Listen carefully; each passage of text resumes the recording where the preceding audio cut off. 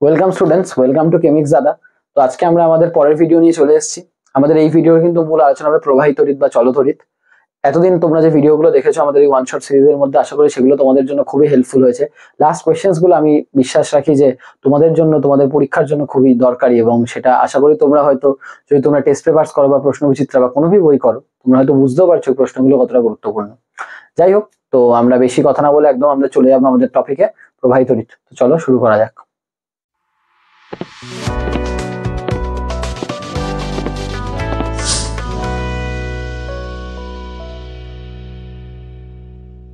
তো স্টুডেন্টস, চলো শুরু করা যাক আমাদের প্রবাহী তড়িতের মেইন জিনিসপত্র, যেগুলো আমাদের এই ওয়ান শটে আমরা আজকে যতটা কভার করবো। আমি টোটাল 3টে পার্টে এই ভিডিওটা বানাচ্ছি, প্রবাহী তড়িতের ভিডিওটা। এটা আমাদের ফার্স্ট পার্ট। তো ফার্স্ট পার্টে আমাদের যতটুকু থাকছে ততটুকু আমি তোমাদের এই ভিডিওতে দেখাবো। দেখো, সবার প্রথমে আমাদের যেটা এখানে মেইন জিনিস পড়া, সেটা হলো কুলম্বের সূত্র। যেগুলো আমাদের মেইন পয়েন্ট, যেগুলো আমাদের মেইন জিনিস জানার, সেগুলো আমরা দেখবো। কুলম্বের সূত্র, কুলম্বের সূত্র কিন্তু পুরো বিবৃতি মাথায় রাখবে, ঠিক আছে? এবং সূত্রটা কি বলতে চাইছে সেটাও মাথায় রাখবে। যে এই একটা আধান Q1, এই আর একটা আধান Q2, এদের মধ্যে দূরত্ব হলো R, ঠিক আছে? তো এদের মধ্যে দূরত্ব R হলে এদের মধ্যে ক্রিয়াশীল আকর্ষণ বা বিকর্ষণ বল, যেটা F, এটা আধান দ্বয়ের গুণফলের সমানুপাতিক এবং তাদের মধ্যবর্তী দূরত্বের বর্গের ব্যস্তানুপাতিক, ঠিক আছে? এটা তোমরা জানো, এই যে গুণফলের সমানুপাতিক আর মধ্যবর্তী দূরত্বের বর্গের ব্যস্তানুপাতিক। তো এইগুলোকে একসাথে লিখলে আমরা লিখতে পারি F সমানুপাতিক Q1 Q2 by R square, ঠিক আছে? এই সমানুপাতিক চিহ্ন তুলে দিলে এটা ধ্রুবক আসে। এর মান হলো 9 × 10⁹ Q1 Q2 by R square, ঠিক আছে? এবং ইউনিটটা হবে নিউটন। তবে এটা কিন্তু এসআই পদ্ধতিতে, আমি বলে রাখি, এসআই। যদি কেউ সিজিএস এ করতে চায় তাহলে ধ্রুবকটা তুললে কিন্তু আর এটা 9 × 10⁹ থাকবে না, তখন হয়ে যাবে just Q1 Q2 by R square, এবং এটা তখন হয়ে যাবে ডাইন, ঠিক আছে? এটা আমার মাথায় থাকে। আচ্ছা, এবং এইখানে আরেকটা জিনিস ব্যাপার আছে, এই যে ধ্রুবকটা, এই যে আমি 9 × 10⁻⁰ লিখে দিলাম, 9 × 10⁻⁹, এটা কিন্তু শূন্য মাধ্যমের জন্য, মাথায় থাকে জানো? তো স্যার শূন্য মাধ্যম তো সবসময় নেসেসারি নয়। আজকে যদি এই দুটো আধান জলের মধ্যে থাকে তখন কিন্তু এই মানটা হবে না। বাট মজার বিষয়, ওটা তোমাদের সিলেবাসে নেই, ওটা ক্লাস 12-এ আছে, এই ক্লাসে 10ম শ্রেণীতে তোমাদের সেটা লাগছে না। তো এইটা আমরা শুধু শূন্য মাধ্যমের জন্য, এটা যেন তোমাদের মাথায় থাকে। মাধ্যম পরিবর্তনে কিন্তু এর মানটা পরিবর্তন হয়ে যাবে। এটা জাস্ট ফর ইনফরমেশন বলে দিলাম। মাধ্যম পরিবর্তনে মান পরিবর্তন, ঠিক আছে? আচ্ছা, আরেকটা জিনিস কুলম্বের সূত্রের ক্ষেত্রে খুব ইম্পর্টেন্ট মনে রাখা, এটা বিন্দু আধানের ক্ষেত্রে প্রযোজ্য। খুব ইম্পর্টেন্ট একটা পয়েন্ট, এটা কাদের ক্ষেত্রে প্রযোজ্য? বিন্দু আধান। বিন্দু আধান মানে এমন আধান যাদের মধ্যবর্তী দূরত্ব ওদের আকারের থেকে অনেক বড়, মানে এতটাই দূরে আছে যে এদেরকে বিন্দু মনে হচ্ছে। কি বললাম? মধ্যবর্তী দূরত্ব ওদের আকারের থেকে অনেকটাই বেশি, তাকেই কিন্তু আমরা বলে থাকি বিন্দু আধান। তো এদেরকে কিন্তু বিন্দু আধান হিসাবে কনসিডার করলে তবেই কুলম্বের সূত্র খাটবে, নাহলে কিন্তু কুলম্বের সূত্র খাটবে না, ঠিক আছে? এই মোটামুটি আমাদের একটা গুরুত্বপূর্ণ জিনিস এখান থেকে। আচ্ছা, এই প্রসঙ্গে আরো দুটো জিনিস এখানে বলে রাখি। এই যে আধান Q1 Q2, এর যে এসআই একক, এর এসআই এককটা হলো কুলম্ব, ঠিক আছে? আর এর যে সিজিএস একক, ওটা হলো ইএসইউ, ইলেকট্রোস্ট্যাটিক ইউনিট, এটাকে আমরা বলতে পারি স্ট্যাট কুলম্ব, ঠিক আছে? তো যখন আমি যদি এই ফর্মুলায় করি তখন কিন্তু আমার Q1 Q2 ইউএসইউ তে বসাতে হবে, কুলম্বে বসালে কিন্তু হবে না। এবং এদের মধ্যে যে সম্পর্কটা আছে আমি বলে দিচ্ছি, 1 কুলম্ব মানে 3 × 10⁹ ইএসইউ। এটা হলো এসআই আর সিজিএস একটার মধ্যে সম্পর্ক। আর যেমন এখানে এটা মিটারে বসবে, এখানে এটা সেন্টিমিটারে বসবে, কারণ এটা সিজিএস আছে, ওটা এসআই আছে। এটাও কিন্তু একটা ইম্পর্টেন্ট জিনিস যেটা তোমাদের মাথায় রাখতে হবে, ঠিক আছে? এই হলো আমাদের একটা গুরুত্বপূর্ণ জিনিস যেটা আমাদের ইম্পর্টেন্ট। এটা একটা জিনিস গেল। আর কি আমরা দেখতে হবে সেটা তড়িৎ বিভব এবং বিভব পার্থক্য, ওই জায়গাটাও আমাদের জন্য ইম্পর্টেন্ট। তড়িৎ বিভব এবং বিভব পার্থক্য, এদের জাস্ট ডেফিনেশনস গুলো মেইনলি ইম্পর্টেন্ট। সবার প্রথমে আসে তড়িৎ বিভব। তড়িৎ বিভবের কনসেপ্টটা কি? কনসেপ্টই তোমাকে ভালোভাবে বুঝিয়ে দিতে পারে যদি তোমরা এতদিন না বুঝে থাকো। কনসেপ্টটা বলছে, ধরো কোনো একটা জায়গায় একটা আধান অলরেডি আছে, কিউ আছে, এটা ঠিক আছে? এবার এই যে কিউ আধান আছে, আজকে আমি ধরলাম কিউ আধানটা প্লাস, এটা তুমি তোমার সুবিধার জন্য ধরে নাও। এবার যখন ও প্লাস আছে, ও দূর থেকে কোনো আধান আসলে, ধরো অসীম দূরত্ব থেকে আমি 1 কুলম্ব আধানকে নিয়ে আসছি, এ কোথায় আছে, অসীমে আছে। তো অসীম থেকে আমি 1 কুলম্ব ধনাত্মক আধানকে নিয়ে আসছি। তো 1 কুলম্ব ধনাত্মক আধানকে আমার এখান থেকে এখানে নিয়ে আসতে আমাকে বলো তো, আমাকে কার্য করতে হবে না ও নিজেই আপনা আপনি চলে আসবে? ভালো করে দেখে বলো, এখানে প্লাস আছে, এটাও কিন্তু প্লাস, প্লাস কি প্লাসকে কাছে আসতে দেবে? অবভিয়াসলি তোমরা জানো প্লাস প্লাসকে স্যার কাছে আসতে দেয় না। তার মানে কি, ওকে ধাক্কা মারবে কিন্তু তার বিরুদ্ধে গিয়ে আমি ওকে নিয়ে আসবো। ব্যাপারটা বোঝা গেল? ওকে ধাক্কা মারবে, তার বিরুদ্ধে গিয়ে আমি ওকে নিয়ে আসবো। এবার আমি ধরো ওর থেকে এরকম 8 ডিস্টেন্স দূরে একটা বিন্দুতে আনতে চাই, এই বিন্দুতে আমি ওকে নিয়ে আসতে চাই। তার মানে কি, যত আমি কাছে আনতে চাইবো তত আমাকে বেশি কার্য করতে হবে, যত দূরে থাকবো তত কম কার্য করলেও আমার কাজ হবে। তার মানে এটাই কিন্তু এখানে সব থেকে ভাইটাল জিনিস, সব থেকে ইম্পর্টেন্ট জিনিস, যে তড়িৎ বিভবের সংজ্ঞাটা হলো অসীম দূরত্ব থেকে একক পরিমাণ ধনাত্মক আধানকে তড়িৎ ক্ষেত্রের কোনো বিন্দুতে আনতে যে পরিমাণ কার্য করতে হয় তাকে এই বিন্দুর তড়িৎ বিভব বলে। সংজ্ঞাটা আমি লিখছি না, কারণ লিখতে তোমরা জানো বেশি সময় লেগে যাবে। আমি চাইছি না ভিডিওটা অত্যধিক অযথা কারণে বেশি বড় হয়ে যাক, যতটা দরকার ততটা থাকুক। তো আশা করি ডেফিনেশনটা তোমরা বুঝতে পেরেছো। মানেটা বোঝো যে অসীম দূরত্ব থেকে একক পরিমাণ ধনাত্মক আধানকে তড়িৎ ক্ষেত্রের কোনো বিন্দু জানে। তড়িৎ ক্ষেত্র মানে কি, এই যে কিউ চার্জটা আছে আমি এটাকে প্লাস ধরেছি, এর চারপাশে একটা ক্ষেত্র আছে না, যার মধ্যে ও অন্য কোনো চার্জ আসলে ওটাকে আকর্ষণ করবে, বিকর্ষণ করবে। ওই যে ক্ষেত্রটা, ওইখানে কোনো বিন্দুতে আনতে যে পরিমাণ কার্য করতে হচ্ছে তাকে আমরা বলছি তড়িৎ বিভব। এবার একটা গুরুত্বপূর্ণ কনসেপ্ট, এইটা কিন্তু আমাদের উৎস আধান, মানে যে আছে বলে আমাদের কার্য করতে হচ্ছে, এবং এটা হচ্ছে আমাদের পরীক্ষক আধান বা পরীক্ষক আধান,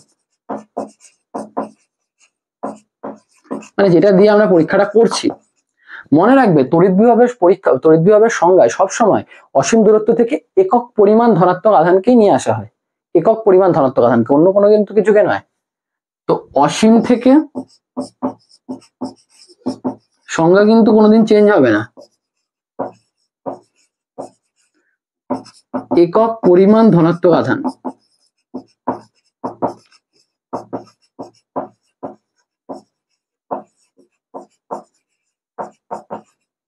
আধান।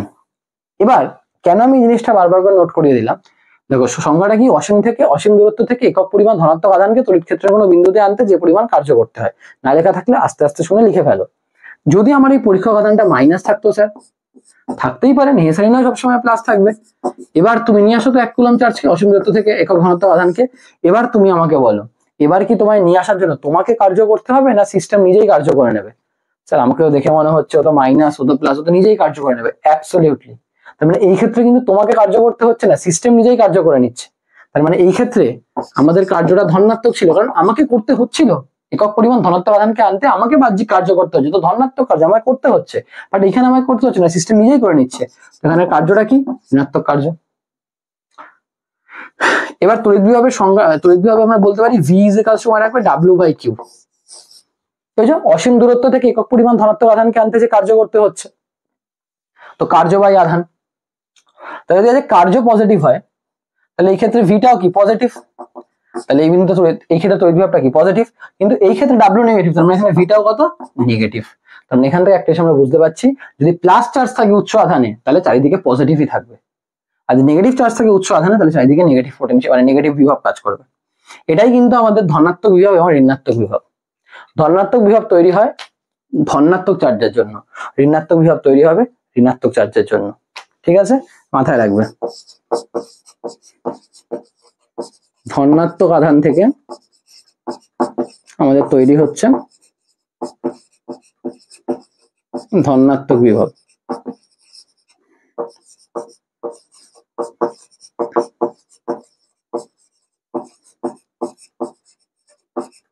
ঋণাত্মক আধান থেকে আমাদের তৈরি হচ্ছে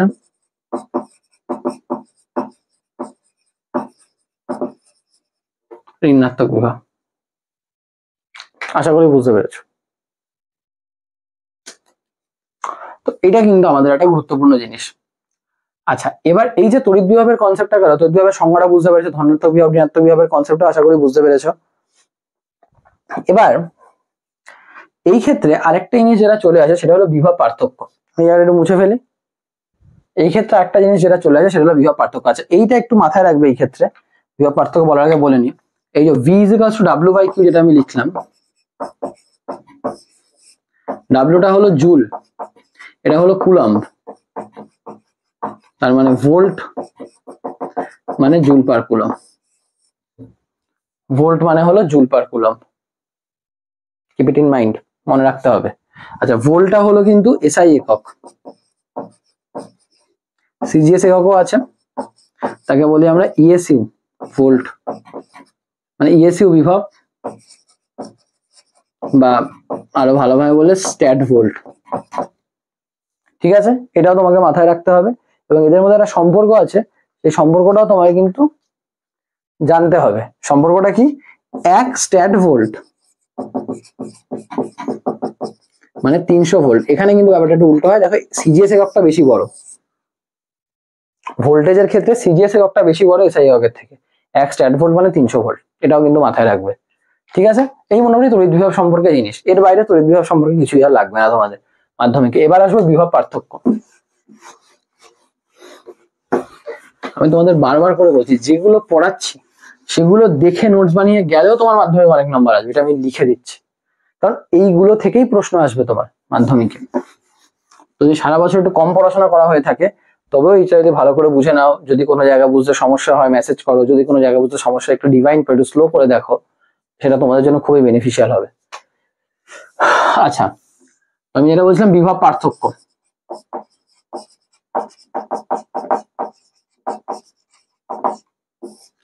এই যে বিভব পার্থক্য বিষয়টা কি? বিভব পার্থক্য হলো, যেমন আমরা তড়িৎ বিভব বলতে কি বোঝালাম, অসীম দূরত্ব থেকে একটা বিন্দুতে আনতে। বিভব পার্থক্য অসীমের ব্যাপারটা আর নেই। ধরো তোমার এখানে একটা প্লাস চার্জ আছে, এবার ধরো একটা বিন্দু আছে এখানে এ, আর একটা বিন্দু আছে এখানে বি। এবার তুমি আমায় বলতে পারবে এ এর বিভব বেশি না বি এর বিভব বেশি? কোন বিন্দুর বিভব বেশি? বিভব বেশি মানে তুমি ওই কনসেপ্টে চলে যাও, অসীম দূরত্ব থেকে একক আধানকে আনছো। তো যখন অসীম দূরত্ব থেকে একক ধনাত্মক আধানকে আনছো, এখানে আনতে বেশি কার্য করতে হবে না এখানে আনতে বেশি কার্য করতে হবে? কাছে এতে বেশি কার্য করতে হবে না, এটা ধনাত্মক, তার মানে অবশ্যই এখানে কার্য বেশি, তার মানে বিভব এর বিভব বি এর বিভবের থেকে বেশি। তার মানে ধনাত্মক আধানে যত কাছে যাবে তত বেশি ধনাত্মক, ধনাত্মক আধানে যত কাছে যাব তত বেশি ধনাত্মক। উল্টো দিকে যদি আমি দেখি, ঋণাত্মক আধানের ক্ষেত্রে যত কাছে যাবো তত ঋণাত্মক, মানে এখানে কিন্তু VA less than VB। Important concept, খুব ইম্পর্টেন্ট কনসেপ্ট। ধনাত্মক আধানের যত কাছে যাব ধনাত্মক, ঋণাত্মক আধানে যত কাছে যাব তত ঋণাত্মক বিভব হয়ে যাচ্ছে। ঠিক আছে, আচ্ছা এবার ধরো তুমি কোন একটা আধানকে, তুমি 1 কুলম্ব আধানকেই ধরো তুমি বি থেকে এতে নিয়ে আসতে চাও, তাহলে তোমায় কার্য করতে হবে, এটাকেই বলে বিভব পার্থক্য। তার মানে তড়িৎ ক্ষেত্রের মধ্যেই এক বিন্দু থেকে অপর বিন্দুতে একক ধনাত্মক আধানকে নিয়ে যেতে যে পরিমাণ কার্য করতে, এবার আর অসীমটা থাকলো না। তার মানে এই ক্ষেত্রে আমাকে লিখতে হবে, তুমি জানো কার বিভব বড়, এর, তো VA মাইনাস VB, ওটা কি WB2A, মানে কার্য বি থেকে এতে আনতে যে আধানটা করতে হচ্ছে 1 কুলম্ব আধানের উপর। এটা হলো এ আর বি বিন্দুর মধ্যে বিভব পার্থক্য। ফর্মুলা কি? এটাই, মানে বিভব পার্থক্য মানে কার্য যেটা এই বিন্দু থেকে এই বিন্দুতে আধানটাকে নিয়ে আসতে হচ্ছে বাই আধান, এবং এটার এককও কিন্তু ভোল্টই, মানে আলাদা কোনো একক নেই। এবং এই ক্ষেত্রেও তোমার একটু VB টা বড়, তো VB মাইনাস ভি, এটা তুমি কি লিখবে W। এবার কি তোমায় বি থেকে এতে নিয়ে যেতে তোমায় কার্য করতে হচ্ছে না, তোমার এ থেকে বিতে নিয়ে যেতে কার্য করতে হচ্ছে, তোমার W A থেকে B বাই কিউ। আমি জাস্ট নোটেশন দিয়ে বোঝালাম কিভাবে, বাট মেন কনসেপ্টটা কি, তড়িৎ ক্ষেত্রের মধ্যে এক বিন্দু থেকে অপর বিন্দুতে একক ধনাত্মক আধানকে নিয়ে যেতে যে পরিমাণ কার্য করতে হয় তাকে বলা হচ্ছে ওই দুই বিন্দুর মধ্যে বিভব পার্থক্য। অসীমের ক্ষেত্রে কি হয়ে যাচ্ছে, এই একটা বিন্দু চলে যাচ্ছে অসীমে, যে অসীম থেকে একটা বিন্দুতে নিয়ে আসছি, এবার তড়িৎ ক্ষেত্রের মধ্যে একটা বিন্দু থেকে অপর বিন্দুতে নিয়ে যাচ্ছে, এটাই কিন্তু দুজনের মধ্যে ডিফারেন্স। তার মানে বিভব আর বিভব পার্থক্যের মেন কনসেপ্ট হলো বিভবে অসীম থেকে একটি বিন্দুতে, অসীম থেকে একটি বিন্দু, আর বিভব পার্থক্যতে একটি বিন্দু থেকে অপর বিন্দু, দুটোই নোন পয়েন্টস। এবার বাস্তবে যদি তোমাদের বলি কোনটা জানো, তো বাস্তবে এক্সিস্টেন্স আছে, সেটা হলো বিভব পার্থক্য। এটা হলো রিয়েল, বিভব বলে কিছু হয় না, মাথায় রেখে দাও। তড়িৎ বিভব বলে কিছু হয় না, কারণ আমরা অসীমের অস্তিত্বই জানি না, অসীম কোথায় আমরা সেটাই জানি না। আমরা এক বিন্দু থেকে অন্য বিন্দুতে আমরা নিয়ে আসার মানে যে কার্যটা সেটাই মাপতে পারি। তো আসলে কিন্তু অস্তিত্ব এই বিভব পার্থক্যেরই আছে, এবং সংজ্ঞাটা এটার বেশি ভ্যালিড। আশা করি বুঝতে পেরেছো ধনাত্মক বিভবের কাছে গেলে কি মানে কেন ধনাত্মক বেশি, ঋণাত্মক বিভবের কাছে গেলে কেন ঋণাত্মক বেশি। আশা করি এই জিনিসগুলো বুঝতে পেরেছো। তো এই জিনিসগুলো কিন্তু খুব ইম্পর্টেন্ট, এই জিনিসগুলো ভালো করে দেখো এবং যদি কোনো অসুবিধা হয় আরেকবার রিভাইন্ড করে দেখে নাও কেন আমি বললাম। ঠিক আছে, তো বিভব বিভব পার্থক্যের জায়গাটা আমার গেল, একটা খুব ইম্পর্টেন্ট জায়গা ছিল। ঠিক আছে, আচ্ছা এবার যে জিনিসটা আমরা জানবো সেটা হলো তড়িৎ প্রবাহ মাত্রা। এবার যে জিনিসটা আমরা জানবো সেটা হলো তড়িৎ প্রবাহ মাত্রা। তড়িৎ প্রবাহ মাত্রা, এক মিনিট দাঁড়াও। হ্যাঁ, তড়িৎ প্রবাহ মাত্রা জিনিসটা কিরকম দেখো,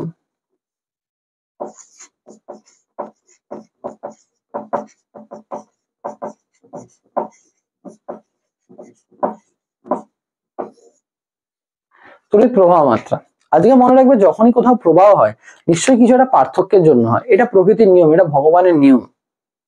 কিরকম, যদি কোথাও মানে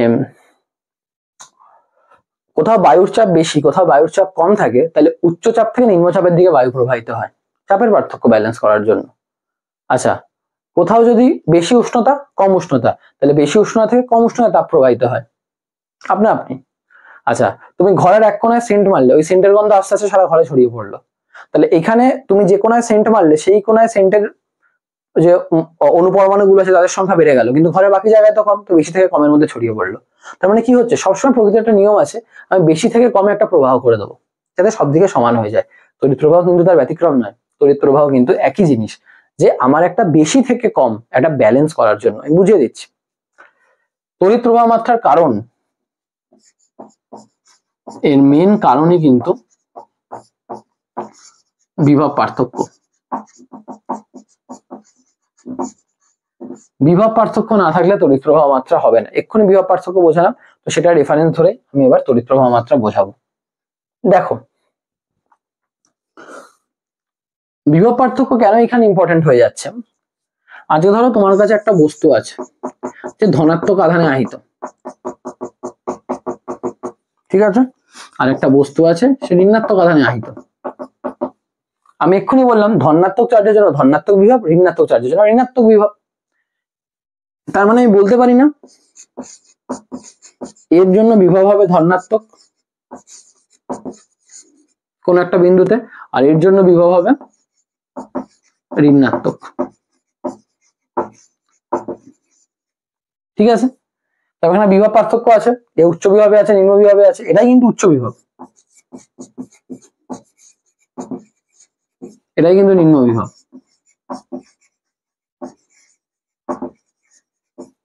ঠিক আছে, ধনাত্মকটা উচ্চ বিভব বলি, ঋণাত্মকটা নিম্ন বিভব। বা এরকমও হতে পারে, সবসময় এটা নয় যে ধরো তোমার কাছে 2 ভোল্ট আছে একটা 5 ভোল্ট আছে, দুটোই তো ধনাত্মক, কিন্তু উচ্চ বিভবকে এটা যার মানটা বেশি এটা নিম্ন বিভব। ঠিক আছে, তো সবসময় প্লাস মাইনাস না, সংখ্যা দিয়েও যদি যেটা বড় সেটা উচ্চ বিভব, যেটা ছোট সেটা নিম্ন বিভব। এবার তুমি তার দিয়ে জুড়ে দিলে, যেই তুমি তার দিয়ে জুড়ে দিলে, তুমি দেখো এখানে মাইনাস আছে, মাইনাস মানে আমরা জানি ইলেকট্রন বেশি আছে, এখানে ইলেকট্রন বেশি, ইলেকট্রনের আধিক্য, ভালো করে বুঝবে, এভাবে তোমরা কিন্তু বইটা বুঝতে পারবে না। আর এখানে কি ইলেকট্রনের ঘাটতি। দেখো প্রোটন তো আর বাইরে থেকে ঢুকবে না, না, ও প্লাস হয়েছে কেন, ওর মধ্যে থেকে ইলেকট্রন নিশ্চয়ই বেরিয়ে গেছে। তাহলে এবার আমাকে বলো এই দুটোর মধ্যে কোনটা ইলেকট্রন বেশি আছে, স্যার এটাই।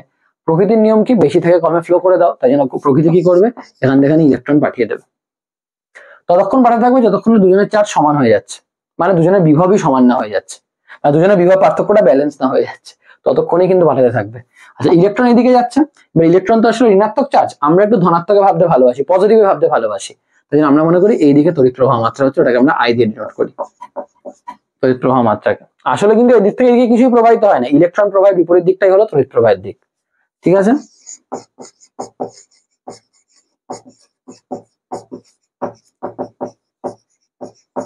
ইলেকট্রন প্রবাহের বিপরীত অভিমুখ তড়িৎ প্রবাহের অভিমুখ।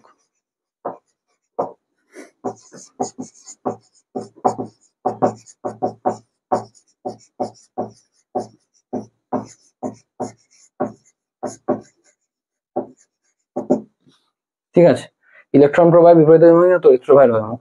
তো ইলেকট্রন এদিকে যাচ্ছে, আধানটা কিন্তু মানে আমরা তড়িৎ প্রবাহটাকে আমরা, তার মানে কি বিভব পার্থক্য ছিল বলেই তো ওটাকে ব্যালেন্স করতে গেল। কতক্ষণ হবে? যতক্ষণ বিভব পার্থক্য ব্যালেন্স হয়ে যাচ্ছে।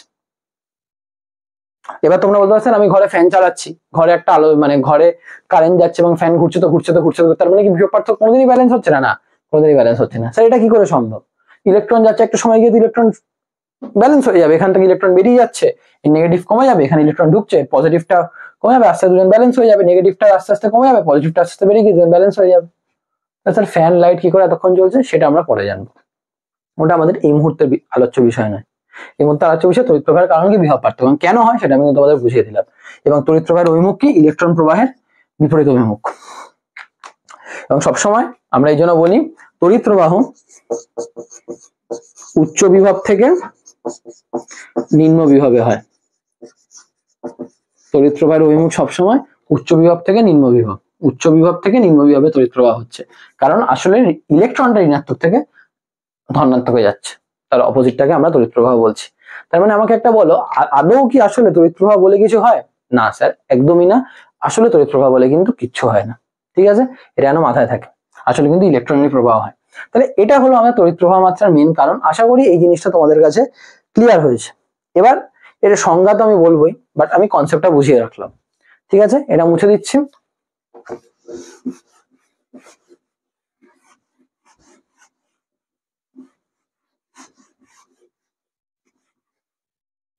দেখো সংজ্ঞাটা কিরকম, সংজ্ঞাটা হলো কোনো পরিবাহীর যে কোনো প্রস্থচ্ছেদের মধ্যে দিয়ে প্রতি একক সময় যে পরিমাণ আধান প্রবাহিত হয় তাকে ওই পরিবাহীর প্রবাহ মাত্রা বলে। কি বললাম? কোন একটা পরিবাহী আছে, এই ধরে নাও ওর যে কোনো প্রস্থচ্ছেদ, ধরো এরকম এই একটা জায়গা আছে, এই জায়গার মধ্যে দিয়ে প্রতি একক সময়, দেখো এখান দিয়ে ইলেকট্রন ধরো এই জায়গা থেকে এই জায়গায় যাচ্ছে। স্যার ইলেকট্রন কেন যাচ্ছে? হয়তো বাবা এখানে এমন ভাবে আমি কিছু লাগিয়েছি যে এই জায়গাটা ধনাত্মক, এই জায়গাটা ঋণাত্মক, এই জায়গাটা ধনাত্মক। স্যার এটা কি লাগিয়ে দিলেন? এটাকে আমরা ব্যাটারি বলি। ব্যাটারির একটা দিক ধনাত্মক থাকে, একটা ঋণাত্মক থাকে, যে দিকটা ধনাত্মক দিয়ে সেটা উচ্চ বিভবে হয়ে যাচ্ছে, এটা উচ্চ বিভব হয়ে যাচ্ছে, এটা নিম্ন বিভব হয়ে যাচ্ছে। তো ইলেকট্রন গুলো কোথায় যাবে? নিম্ন বিভব থেকে উচ্চ বিভব, নেগেটিভ থেকে পজিটিভের দিকে যাবে, তাই তো? ইলেকট্রন তো তাই ধর্ম, পজিটিভের দিকে যায়। ইলেকট্রন নিজে নেগেটিভ, তো ও তো নিজে পজিটিভকে অ্যাট্রাক্ট করবে, ঋণাত্মক ধনাত্মককে অ্যাট্রাক্ট করবে। তো আমরা বলতে পারি কারেন্ট কোন দিকে ফ্লো হচ্ছে? এই দিকে, অপোজিট দিকে। তার মানে প্রতি একক সময় পরিবাহীর যে কোনো প্রস্থচ্ছেদের মধ্যে দিয়ে যে পরিমাণ আধান প্রবাহিত হয়, তো আমরা আই কে বলতে পারি কিউ বাই টি, আধান প্রতি একক সময়। আর সংজ্ঞাটা এটা বললাম, ওটা লিখে নিও। আধানটা হলো কুলম, আচ্ছা এটা হলো সেকেন্ড, তো এটাকে আমরা বলি ampere, coulomb per second. Ampere is equals two coulomb per second, এটা হলো একটা ইম্পর্টেন্ট জিনিস, ঠিক আছে? আচ্ছা, আর এটার ক্ষেত্রে এটা এসআই একক, অবভিয়াসলি সিজিএস একক কি হবে? ইএসইউ প্রবাহ মাত্রা, এক ইএসইউ প্রবাহ মাত্রা মানে হলো বা এক অ্যাম্পিয়ার মানে 3 × 10⁹ ইএসইউ প্রবাহ। এটা মনে রেখো, ঠিক আছে? এটা কিন্তু আমাদের লাগে, ঠিক আছে? এখানে আরেকটাও জিনিস হয়, সেটাকে বলে এক ইএমইউ প্রবাহ মাত্রা, এক ইএমইউ প্রবাহ মাত্রা। এটা আসলে একটা তড়িৎ চুম্বকীয় একক আর কি। এটার ব্যাপারে এখন বিস্তারিত না জেনে শুধু এই জিনিসটা লিখে দিচ্ছি, ওটা মাথায় রাখবে। এক ইএমইউ প্রবাহ মাত্রা মানে কিন্তু 10 অ্যাম্পিয়ার, মানে অ্যাম্পিয়ারের থেকে বড়। তো এই দুটো একটু মাথায় রেখে দিতে হবে আমাদের ছোট্ট করে। সংজ্ঞাটা আশা করি বুঝতে পেরেছো। সংজ্ঞাটা তোমাদের জন্য আশা করি খুব একটা সমস্যাদায়ক হয়নি। আচ্ছা, I is equals to Q by T লিখেছি। এবার আমাকে বলো যে কোনো চার্জ আসলে কি ইলেকট্রনের সংখ্যার পূর্ণ সংখ্যার গুণিতক, ইলেকট্রনের চার্জের। কারণ আমি কি বললাম, আলটিমেটলি চার্জ যাচ্ছে মানে কি, প্রোটন যাচ্ছে না, প্রোটন যাচ্ছে না, যাচ্ছে কি ইলেকট্রন। আজকে একটা ইলেকট্রন যাচ্ছে বা দুটো বা তিনটে, মানে কিছু ইলেকট্রন তো যাচ্ছে। তার মানে চার্জ মানে তো 10টা হোক, 12টা হোক, 15টা হোক, কিছু ইলেকট্রন তো যাচ্ছে। আমি সংখ্যাটাকে n ধরে নিলাম, ইলেকট্রনের সংখ্যা।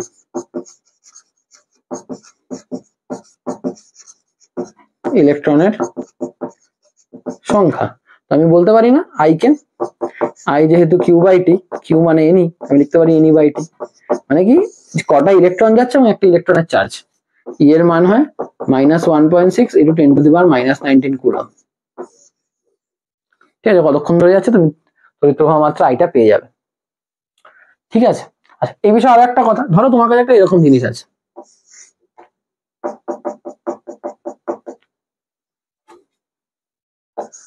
এটা নিস্তড়িত, মানে এর মধ্যে ধনাত্মক বা ঋণাত্মক কিছুই নেই, এটা তো ধনাত্মক চার্জগ্রস্ত দেখতেই পাচ্ছ। এবার তার লাগালে কোন দিকে যাবে? স্যার আপনি বলেছেন বিভব পার্থক্য থাকলে তড়িৎ প্রবাহ মাত্রা হবে, একদম।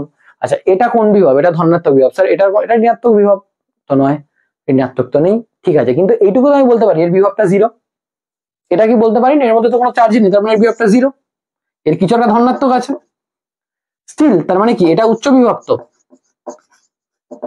আর এটা কি নিম্ন বিভব, তার মানে কারেন্ট কি হয় উচ্চ বিভব থেকে নিম্ন, তার মানে এইদিকে কারেন্ট ফ্লো হবে, সিম্পল হিসাব। তুমি দেখো না আলটিমেটলি এটা নিস্তড়িত, এটা পজিটিভ, পজিটিভ মানে তো ইলেকট্রনের ঘাটতি আছে, ইলেকট্রন তো কম আছে, এখানে ইলেকট্রন তো বেশি আছে, ইলেকট্রন তো এদিকেই ফ্লো হবে, তাই জন্য তড়িৎটা এদিকেই ফ্লো হচ্ছে। দেখো উচ্চ বিভব থেকে নিম্ন বিভবেই হবে। ইভেন যদি এরকম হয়, নিজেরা এটা করার চেষ্টা করো, এই মাইনাস আছে আর এটা কিছু নেই, তার দিয়ে লাগাও, এখানে মাইনাস মানে ইলেকট্রন বেশি আছে, এটা নিস্তড়িত মানে কম আছে, তাহলে বেশি থেকে কম এদিকে ইলেকট্রন ফ্লো হবে, কারেন্টটা এইদিকে ফ্লো হবে।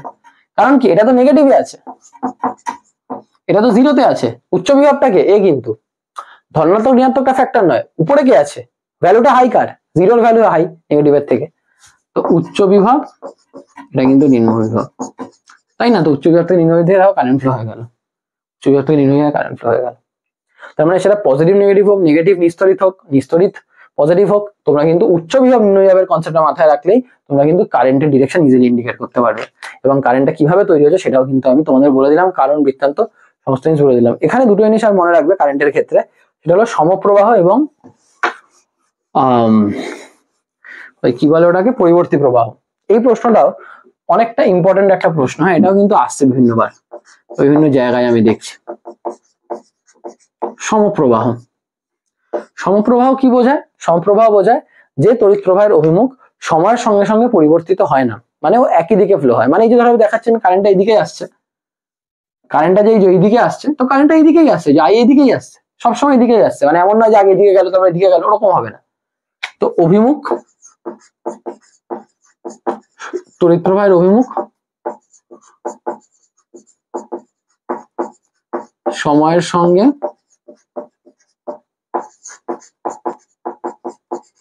অপরিবর্তিত, ঠিক আছে, এটা হলো সমপ্রবাহের গল্প। এবং মনে রাখবে সমপ্রবাহ কারা সৃষ্টি করতে পারে, উৎস কি, তড়িৎ কোষ বা ব্যাটারি, এটাও জেনে রাখা দরকার, তড়িৎ কোষ বা ব্যাটারি, ঠিক আছে। আর একটা হয় কি পরিবর্তী প্রবাহ,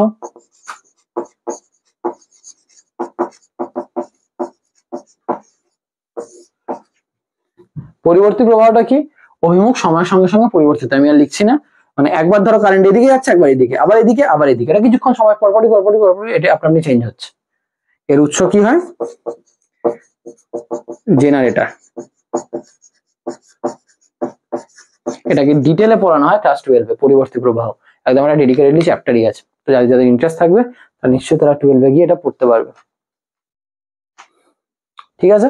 আশা করি তোমরা তড়িৎ প্রবাহ মাত্রার জায়গাটা তোমরা আশা করি ক্লিয়ারলি বুঝতে পেরেছো। তড়িৎ প্রবাহ মাত্রা কিন্তু এগুলোই আমাদের লাগবে। এবার যেটা আমরা একটু দেখে নেবো সেটা হলো ওহমের সূত্র, ইম্পর্টেন্ট জায়গা।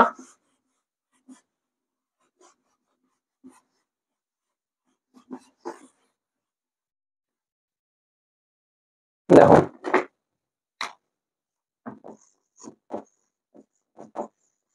আশা করি তোমায় আমি একটু রিক্যাপচার করে নিই ছোট্ট করে, আশা করি তোমায় আমি তড়িৎ প্রবাহ মাত্রা ভালোভাবে বোঝাতে পেরেছি, কোথা থেকে কোথায় কারেন্ট ফ্লো হচ্ছে, কেন কারেন্ট ফ্লো হচ্ছে, কারেন্ট ফ্লো হওয়ার কারণটা কি, বিভব পার্থক্য তার আগে বোঝাতে পেরেছি, বিভব বোঝাতে পেরেছি, কুলম্বের সূত্র বোঝাতে পেরেছি, এককগুলো কি, কেন কোন জিনিসটা হচ্ছে আশা করি বোঝাতে পেরেছি। যদি সমস্যা থেকে থাকে অবভিয়াসলি আবার রিটার্ন গিয়ে দেখো, যদি স্টিল কোনো সমস্যা থাকে রিটার্ন দেখার পরেও কমেন্ট করো, ঠিক আছে। তোমাদের জন্য সমস্ত অপশন খোলা আছে ঠিকঠাক। আমরা নিশ্চয়ই মানে তোমাদের সত্যি কোনো ডাউটস থাকে আমরা অবভিয়াসলি তোমাদের রিপ্লাই দেবো, so that's not a problem, but তোমরা ভালো করে দেখো, ঠিক আছে। এবার চলে আসে ওহমের সূত্র, খুব বিখ্যাত, খুব প্রয়োজনীয়, খুব দরকারি মাধ্যমিকে অন্তত নাম্বার পাওয়ার জন্য। ওহমের সূত্রের বিবৃতি। ওহমের সূত্র বিবৃতিটা আমি কি বলবো? ওহমের সূত্র বিবৃতিটা আমি এটা বলবো যে তাপমাত্রা ও অন্যান্য, একদম আমি তোমাদের সকলকে বলছি, বিবৃতিতে কোনো লাইন, কোনো দাড়ি কমা পর্যন্ত কিছু আলাদা লিখবে না, যা আছে বইতে হুবহু তাই লিখবে, ঠিক আছে। তাপমাত্রা ও অন্যান্য ভৌত অবস্থা অপরিবর্তিত থাকলে কোনো পরিবাহীর মধ্য দিয়ে প্রবাহিত তড়িৎ প্রবাহ মাত্রা তার প্রান্তীয় বিভব প্রভেদের সমানুপাতিক হয়, একদম হুবহু এটা লিখবে, একদম। কোন লাইন একটা ওই আগে তড়িৎ প্রবাহ মাত্রা পরে বিভব প্রভেদ আছে, আমি আগে বিভব প্রভেদ পরে তড়িৎ প্রবাহ মাত্রা করে দিলাম, ওটাও করা চলবে না, যা আছে তাই, ঠিক আছে। স্টেটমেন্টটা আমি একবার বললাম। তো স্টেটমেন্টটার মেইন বক্তব্যটা কি, আমি বিবৃতিটা লিখছি না, যে এই যদি একটা কোনো আমাদের পরিবাহী হয়, এই ঘাসের মতো দিলাম, ঘাসের মতো জিনিসটাকে রোধ বলে তোমরা জানো, যে আমি যদি ধরি এর বিভব ভি, এইখানের বিভব ভি বি, এর বিভব পার্থক্যটা আছে V A minus V B. আমরা জানি বিভব পার্থক্য আছে বলে কি হচ্ছে, আমি দিলাম এটা উচ্চ, এতক্ষণ তো শেখালাম এটা নিম্ন, তাহলে এখান থেকে এখানে কি হবে, তড়িৎ প্রবাহিত হচ্ছে কারেন্ট, উচ্চ বিভব থেকে নিম্ন বিভবে তড়িৎ প্রবাহিত হচ্ছে। তো বলছে যত বিভব পার্থক্যটা বাড়াবে, যত ডিফারেন্সটা বাড়াবে, তত এদের মধ্যে তড়িৎ প্রবাহ মাত্রাটা বেড়ে যাবে। এই V A minus V K আমি ভি দিয়ে লিখছি, ভি সমানুপাতিক আই, ঠিক আছে। এটাই কিন্তু ওহমের সূত্র বলছে, কিন্তু কখন, তাপমাত্রা ও অন্যান্য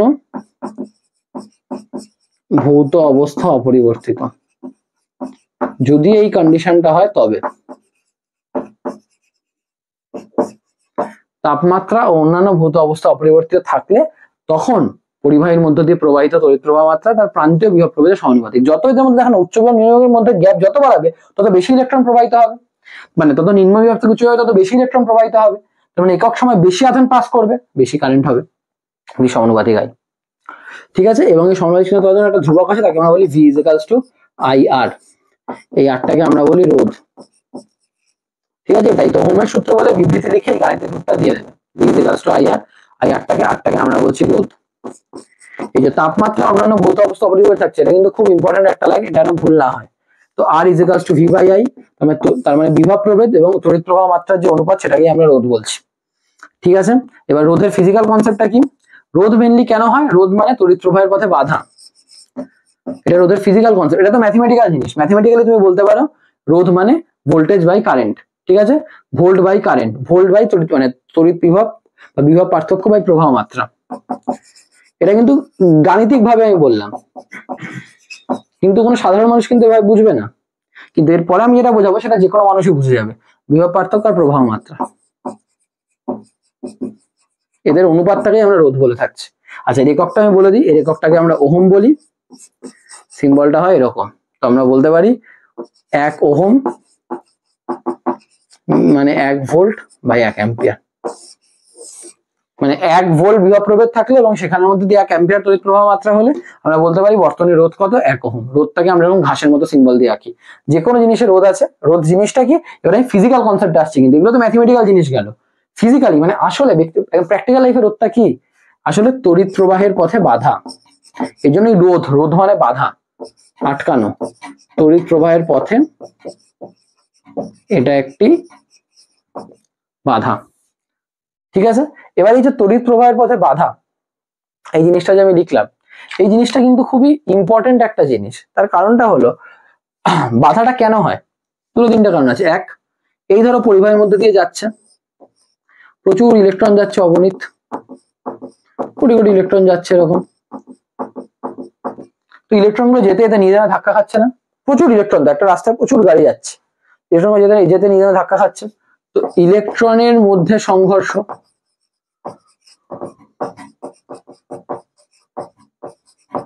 আর কি, শুধু তো ইলেকট্রন নেই, আজকে ইলেকট্রন আছে মানে কি, আজকে একটা বড় ধনাত্মক আয়ন আছে, সেখান থেকে কিন্তু ইলেকট্রনটা আসছে, তার কারণ কি, একটা পরমাণু থেকে ইলেকট্রন বেরিয়ে গেলে পরমাণুটা তো ধনাত্মক হয়ে যাচ্ছে, এবার ইলেকট্রন গুলো চলছে, পরমাণু তো চলতে পারছে না, তো রাস্তায় এরকম মোটা মোটা পরমাণু আছে, ইলেকট্রন গুলো যেতে তোদের মধ্যে ওদের গায়ে ধাক্কা খাচ্ছে, তো ইলেকট্রন পরমাণুর সংঘর্ষ,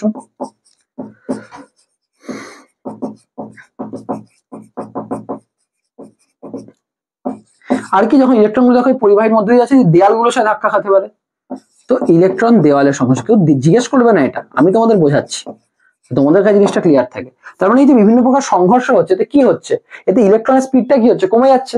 তার মানে প্রতি একক সময় ওর যাওয়ার রেটটা কমে যাচ্ছে, মানে কারেন্টটা কমে যাচ্ছে। এটাই কিন্তু রোধের কনসেপ্ট, যে রোধ হলো ওই ধাক্কাগুলো যার জন্য ইলেকট্রন প্রবাহের পথে একটা বাধা তৈরি হচ্ছে, যার জন্য কারেন্ট কি হচ্ছে, কমে যাচ্ছে। তো এটা হলো তার ফিজিক্যাল কনসেপ্ট, এটা হলো তার ম্যাথমেটিক্যাল কনসেপ্ট। খুব ইম্পর্টেন্ট জিনিস, এটা কিন্তু আমাদের মাথায় রাখা চাই। কোনো তাতে কিন্তু আর অন্যান্য প্রশ্ন, কোনো জিজ্ঞাস্য এতে আর কিছু নেই, ঠিক আছে। ওহমের সূত্রে একটা গ্রাফ আছে, গ্রাফটার বিষয়ে বলে দিই। ধরো এদিকে ভি, এইদিকে আই, এই হলো গ্রাফটা। মূল বিন্দুকে আমি সরল রেখা,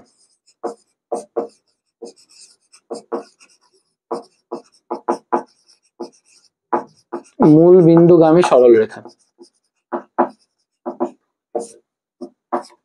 ঠিক আছে। এটা মাথায় রাখতে হবে, ওহমের সূত্রের গ্রাফটা মূল বিন্দুগামী সরল রেখা। এবার যদি গ্রাফটার ক্ষেত্রে কখনো এরকম হয়,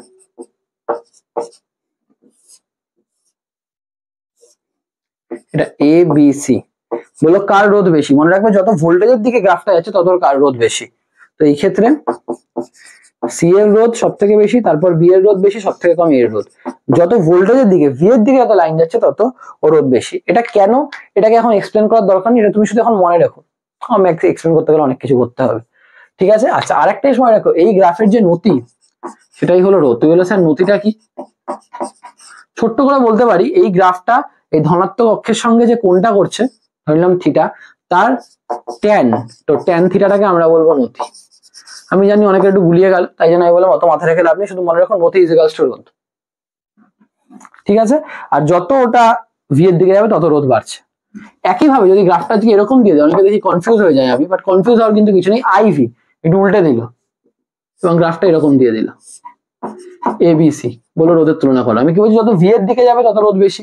আমি লিখবো কি, আর এ গ্রেটার দেন আর বি গ্রেটার দেন আর সি। এটা যত ভি এর দিকে যাবে তত কিন্তু রোধ বেশি। তো এই গ্রাফটা কিন্তু মনে রাখবে, ঠিক আছে। এই জায়গার মধ্যে আরো দু একটা জিনিস আমার বলার আছে, আশা করি এই জায়গাটা বুঝতে পেরেছো। যে জিনিসটা বলার আছে সেটা হলো বিবৃতি, গাণিতিক রূপ সবই তো বুঝলে।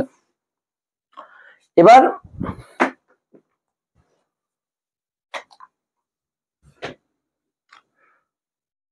ওহমীয় পরিবাহী বলে একটা জিনিস হয়। ওহমীয় পরিবাহী কারা? যারা সকল ক্ষেত্রে ওহমের সূত্র মেনে চলে।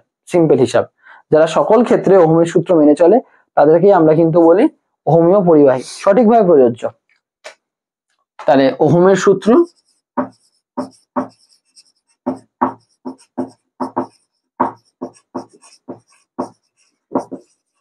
সঠিকভাবে প্রযোজ্য। সত্যি কথা বলতে ওহমীয় পরিবাহী একটাও নেই যেখানে ওহমের সূত্র সঠিকভাবে প্রযোজ্য। তাহলে তোমরা বলবে স্যার কি ভোল্টেজ, তার মানে ব্যাপারটা কিরকম হয়? মানে ব্যাপারটা আসলে হয় যে ভি আর আই যদি তুমি গ্রাফ আঁকো, ব্যাপারটা এরকম স্ট্রেট লাইন না, এটা এরকম বক্ররেখা হয়ে যেতে পারে। তো এই এদেরকে বলে অওহমীয় পরিবাহী, যারা ওহমের সূত্র মেনে চলে না। বাস্তবে সমস্ত পরিবাহী অওহমীয়। আমি আর সংজ্ঞাটা লিখলাম না পাশে, ওহমের সূত্র সঠিকভাবে প্রযোজ্য নয়। এদের ক্ষেত্রে কিন্তু সরল রেখা, মূল বিন্দুকে আমি সরল রেখা হয় না, ঠিক আছে। এটা মাথায় রেখো। তো এটা খুব ইম্পর্টেন্ট একটা জিনিস তোমাদের জন্য। অহমীয় পরিবারের ক্ষেত্রে কিন্তু সব ক্ষেত্রে ওহমের সূত্র প্রযোজ্য হয় না। তবে তোমাদের অহমীয় পরিবাহীর উদাহরণে আসলে কিন্তু সমস্ত পরিবাহীকেই তুমি বলতে পারো অহমীয় পরিবাহী। তাও তোমাদের বইতে যেগুলো আছে সেগুলো আমি বলছি, ডায়োড, ট্রানজিস্টর, এগুলোর উদাহরণ দেবে। কিন্তু আসলে কিন্তু সবই তোমার ঘরে ফ্যান, লাইট, আমার তারগুলো আছে, সবই কিন্তু অহমীয় পরিবাহী, কেউই এরা অহমীয় পরিবাহী নয়। তার খুব সিম্পল কারণ আমি বলে দিচ্ছি। দেখবে ওহমের সূত্রে প্রথমেই বলা ছিল উষ্ণতা ও অন্যান্য ভৌত অবস্থা অপরিবর্তিত থাকলে তখন ওটা সমানুপাতিক হয়। কিন্তু আসলে কিন্তু এই যে তার বা যাই আছে, এখানে কিন্তু যখনই আমাদের মধ্যে তড়িৎ প্রবাহ হয় তখনই কিন্তু আমাদের আর উষ্ণতা সমান থাকতে পারে না, স্বাভাবিক উষ্ণতা বেড়ে যায়, তাই না? তো উষ্ণতা যখনই বেড়ে যাচ্ছে তার মানে ওহমের সূত্র প্রযোজ্যই হচ্ছে না। তো এটাই ব্যাপার। ওহমের সূত্রের ক্ষেত্রে, এটাকে মাথায় রাখতে হবে। এবং এখানে আরেকটা জিনিস মাথায় রাখতে হবে, সেটা হলো পরিবাহিতা বলে একটা টার্ম আছে, পরিবাহিতা, ওটাকে আমরা জি দিয়ে লিখি। জি মানে মনে রাখবে 1/r। তো মানে রোধের অনন্যককেই আমরা বলি পরিবাহিতা, মনে রাখতে হবে, রোধের অনন্যক।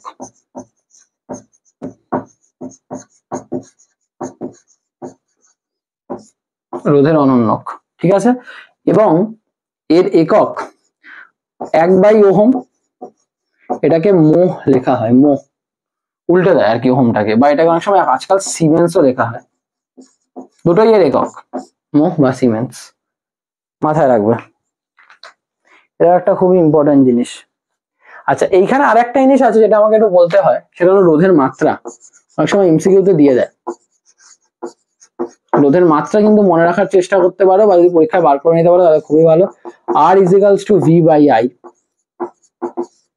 দেখো I এর মাত্রা তো A, ঠিক আছে। V মানে আমরা কি জানি, V মানে হয় W/Q। W মানে শক্তি, সেটা হলো ml² T⁻²। Q মানে হলো আমরা জানি যে I ইজিক্যালস টু Q/T, তার মানে Q ইজিক্যালস টু IT, তার মানে AT, ঠিক আছে। তাহলে এখান থেকে লিখতে পারি ml² T⁻³ এটা V এর মাত্রা। এটা বসিয়ে দাও, ml² T⁻³ তাহলে ml² T⁻³ এটা কিন্তু রোধের মাত্রা, এটা কিন্তু মাথায় রাখতে হবে। যদি মাথায় রেখে দিতে পারো ভালো, পরীক্ষার সময় ক্যালকুলেট না করতে হয়, ঠিক আছে। এটা মাথায় রেখে দিও,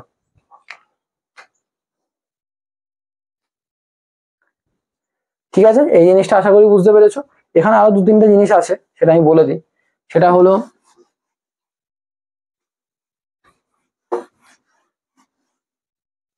এই যে দেখো, ওহমের সূত্রতে একটা কথা বলেছিল, উষ্ণতা এবং অন্যান্য ভৌত অবস্থা অপরিবর্তিত থাকলে।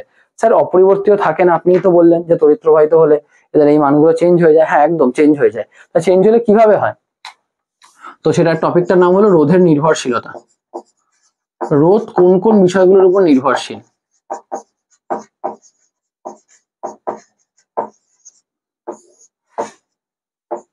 রোধের নির্ভরশীলতা, রোধের নির্ভরশীলতাটা কোথায়? 1 নম্বর হলো দৈর্ঘ্য, পরিবাহীর দৈর্ঘ্য। দৈর্ঘ্যের উপর রোধ কিরকম ভাবে নির্ভরশীল?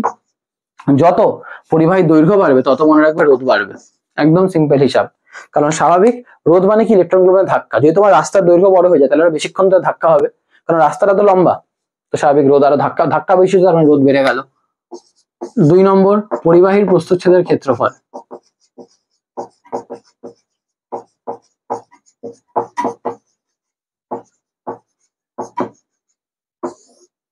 ঠিক আছে, প্রস্থচ্ছেদের ক্ষেত্রফল বললে আর সমানুপাতিক 1/a, মানে প্রস্থচ্ছেদের ক্ষেত্রফলের ব্যস্তানুপাতিক সম্পর্ক।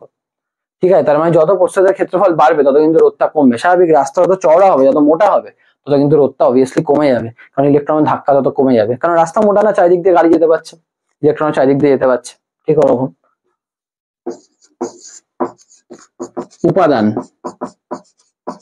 উপাদান বলতে বোঝাচ্ছে আজ ধরো তামার রোধ আর সিলভারের রোধ মানে রূপোর রোধ কিন্তু সেম হবে না, মানে প্রত্যেকটা উপাদানের রোধটা আলাদা আলাদা হবে।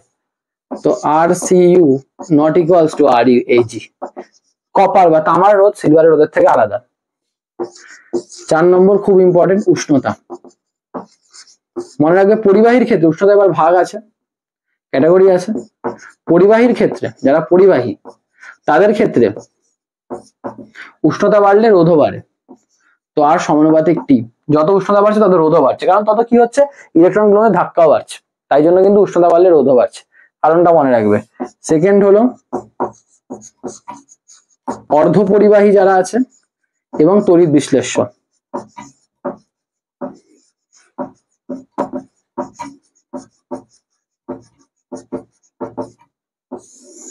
এদের ক্ষেত্রে কিন্তু উষ্ণতার সাথে রোধের একটা ব্যস্তানুপাতিক সম্পর্ক, যে যতই ক্ষেত্রে উষ্ণতা বাড়ে তত রোধ কিন্তু কমে। খুব ইম্পর্টেন্ট এটা, এদের ক্ষেত্রে কিন্তু উষ্ণতা বাড়লে এদের রোধটা কমে যায়, এটা কিন্তু তোমাদের মাথায় রাখতে হবে, ঠিক আছে। এবং গ্রাফও আছে, এদের ক্ষেত্রে দেখবে গ্রাফটা একদম সিম্পল হয় না, মানে এই এরকম, আর এদের ক্ষেত্রে গ্রাফটা হয় এই আস্তে আস্তে কমছে। ঠিক আছে, এই উষ্ণতার প্রসঙ্গে আরেকটা জিনিস এখানে আসে, সেটা হলো অতি পরিবাহী।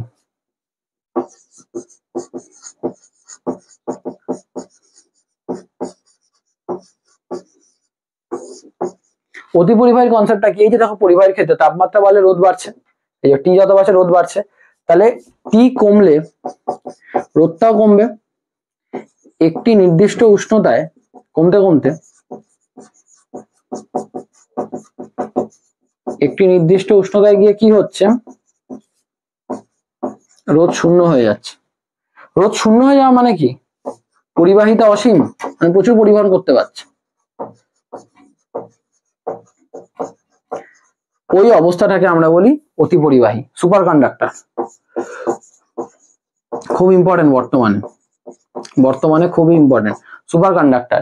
যে একটা নির্দিষ্ট উষ্ণতা কমতে কমতে পরিবাহীগুলোর ক্ষেত্রে একটা সময় রোধও কমতে থাকে এবং একটা সময় রোধ শূন্য হয়ে যায়, ওই উষ্ণতাকে বলে, মানে ওই ব্যাপারটাকে বলে আমরা অতি পরিবাহী। এবং এই উষ্ণতাটাকে, এটাকে বলে সংকট তাপমাত্রা, মানে যে তাপমাত্রা এই ঘটনাটা ঘটে। যেমন উদাহরণ হলো 4.2 কেলভিনে পারদ। কেলভিন মানে বুঝতে পারছো তো, -273 কাছে, কিন্তু তো মাত্র 4.2 কেলভিন উষ্ণতায় কিন্তু পারদ অতি পরিবাহী হয়ে যায়।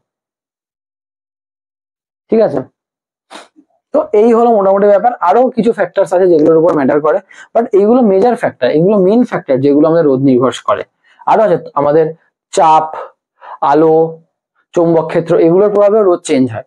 ঠিক আছে, বাট ওগুলো মাধ্যমিকের জন্য খুব একটা ইম্পর্টেন্ট না, তাই জন্য আমি ওগুলো নিয়ে আর ঘাটছি না। ঠিক আছে, ওগুলো অতটা তোমাদের লাগবেও না। ঠিক আছে, তো এই জিনিসটা কিন্তু তোমরা এখান থেকে মাথায় রাখতে পারো। এবার এখান থেকে আরো একটা জিনিস আমাদের পড়ার আছে, সেটা হলো দেখো আর প্রপোর্শনাল টু এল আর আর প্রপোর্শনাল টু 1/a, এই দুটোকে আমরা একসাথে বলতে পারি আর সমানুপাতিক এল বাই এ। তো এটাকে আমি সমানুপাতিক চিহ্ন তুলে দিয়ে বলতে পারি আর ইজ ইকুয়াল টু ধ্রুবক রো এল বাই এ। এই যে রো এল বাই এ লিখলাম, এই রোটাকে আমরা বলি রোধাঙ্ক। আচ্ছা, রোধাঙ্ক কার কার উপর নির্ভর করে? রোধাঙ্ক দুজনের উপর নির্ভর করে, এক উপাদান আর দুই উষ্ণতা। আসলে কিন্তু এই পুরো উষ্ণতার ব্যাপারটা আমি এটা রোধ দিয়ে লিখেছি, এটা কিন্তু আসলে রোধাঙ্ক। এই যে উপাদানের উষ্ণতা কিন্তু রোধাঙ্কের উপর নির্ভরশীল। তো দেখো এই পুরো ব্যাপারটাই রোতে চলে এলো, আর এটা এল, এটা এ, তো সব মিলিয়ে ফর্মুলাটা R is equals to rho L by A. ঠিক আছে, এটা হলো রোধাঙ্কের ফর্মুলা। এবার রোধাঙ্কের ক্ষেত্রে জিনিসগুলো আমাদের একটু জানতে হয়, জায়গাটা মুছে দিচ্ছি।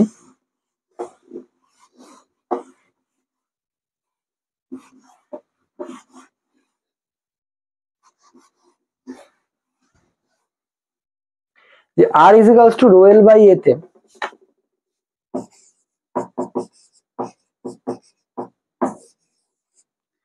রোটা কি হবে? R A by L. তো ohm metre square by metre, তার মানে ওহম মিটার।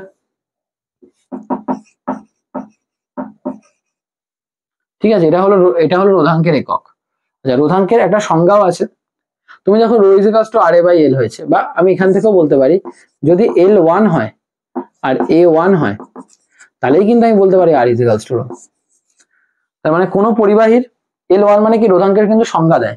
এর সংজ্ঞা কিন্তু ইম্পর্টেন্ট, বলছি লিখে নিতে পারো বা বইতেও আছে, সেখান থেকেও লিখে নিতে পারো। এর দুটো সংজ্ঞা আছে, তুমি যে কোনো একটা লিখতে পারো। একটা সংজ্ঞা কি বলছে? কোনো পরিবাহীর একক দৈর্ঘ্য এবং একক প্রস্থচ্ছেদের ক্ষেত্রফল, মানে একক দৈর্ঘ্য এবং একক প্রস্থচ্ছেদের ক্ষেত্রফল বিশিষ্ট কোনো পরিবাহীর রোধকেই তার রোধাঙ্ক বলে। এটা একটা সংজ্ঞা, একক দৈর্ঘ্য একক প্রস্থচ্ছেদের ক্ষেত্রফল বিশিষ্ট কোনো পরিবাহীর রোধটাকেই তার রোধাঙ্ক বলে। ইম্পর্টেন্ট সংজ্ঞা।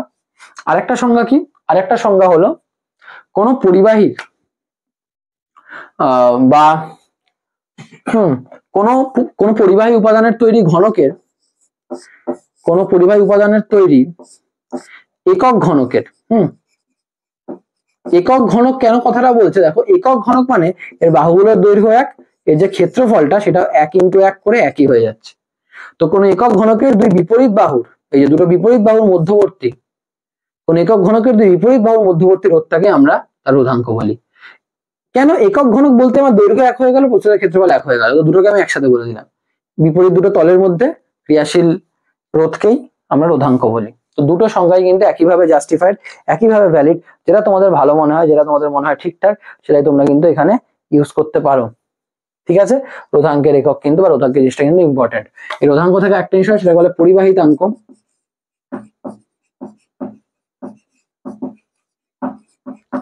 যেমন পরিবাহিতা ছিল রোধের উল্টো, পরিবাহিতাঙ্ক হলো রোধাঙ্কের উল্টো, ওটা 1/ρ, এটাকে সিগমা দিয়ে ডিনোট করা হয়।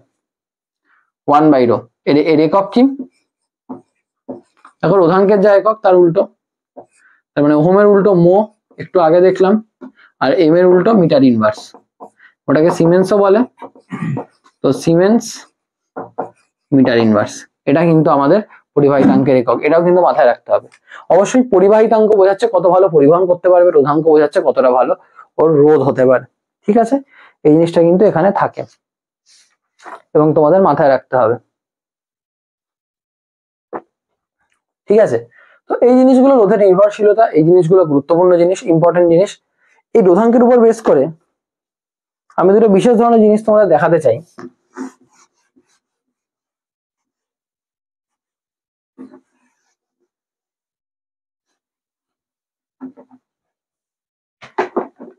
যারা প্রশ্ন দিল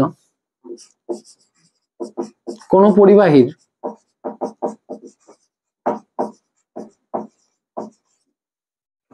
তার টেনে দৈর্ঘ্যের দ্বিগুণ করা হলো, খুব বিখ্যাত প্রশ্ন, টেনে দৈর্ঘ্য দ্বিগুণ করা হলো, রোধের কি পরিবর্তন হবে?